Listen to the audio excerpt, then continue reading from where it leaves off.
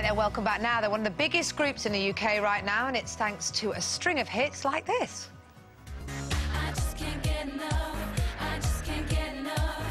Since bursting onto the music scene back in 2008, the Saturdays have sold over 1.8 million records, notched up 7 top 10 singles and 2 top 10 albums. Known for their glamour on the red carpets and being a favourite with the tabloids, the girls have even starred in their own TV show.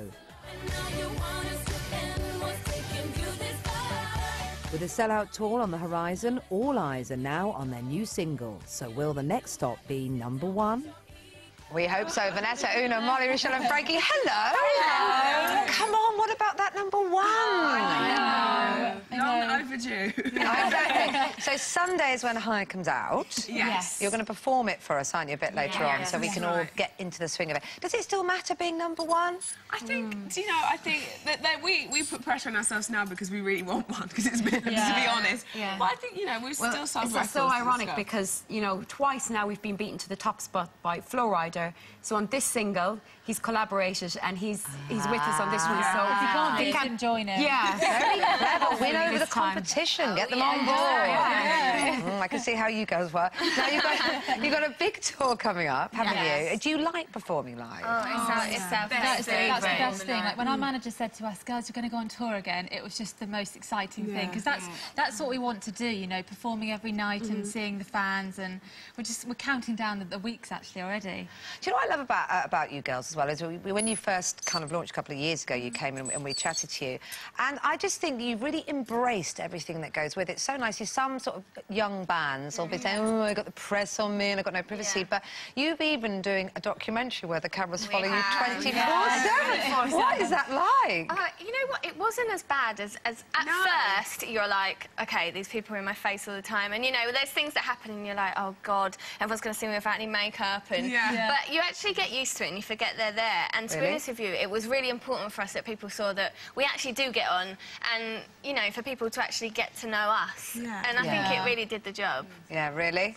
Okay, I trust it. Does it help that you guys have got, you have, Frank, haven't you? On a Euro show, you've got famous boyfriends. You've got Dougie, from Apply, and you've got lovely mum from JLS. Does it help that they're in the business and they know a bit about it? Obviously, it always helps when you're, you know, with someone that understands your job. But, you know, same as, like... Oh, look, there we are.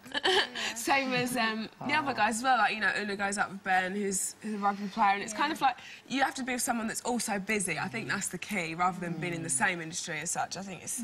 it's good to have someone understanding at home. Yeah, absolutely. Now, I'm sure that you all value your privacy, but I'm going to ask you to dish the dirt now, because we've been asking all morning, what gets on your nerves about your partners? This is after David Beckham was talking on American TV every night, and Victoria piped up and said, you're really messy, when he was trying to claim he was really tough. So I've been hearing all about it. So my husband's deep breathing. That seems a little mean. He's got to breathe, says Julie. I know, quite tough. Jennifer, my partner annoys me by always wearing socks in bed. Not very good, not very good. I do that sometimes. Do you? No.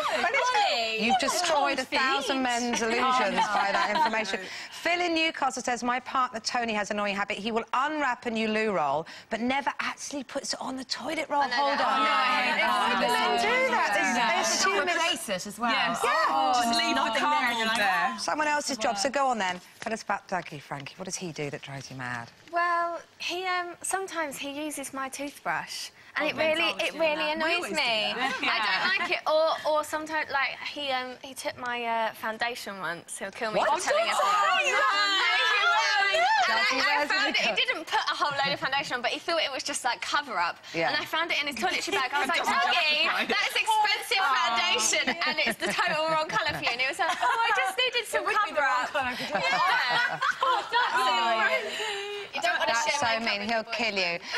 Listen, guys, you've got beautiful sparkly poppers on this morning, and you're off to launch Poppy Appeal, aren't you? Can you tell us about that briefly? Well, we're just so excited to be part of it this year. We're the face of the Poppy Appeal, and you know, it's such a good cause. We're doing a gig later on, aren't we? We're doing a gig in Colchester for all the families of the serving soldiers out in Afghanistan. So the focus this year is on Afghanistan and the Afghanistan generations. And we're helping. We need to raise £36 million. 36 million. I know it sounds a lot, Well, good luck. Good luck with that. I know you've got a silent single coming out as well, which is interesting. But you're going to be answering your questions in our web chat, aren't you, a bit later on? So you can talk a bit more about that then. itv.com/Lorraine. Now, you're off to perform.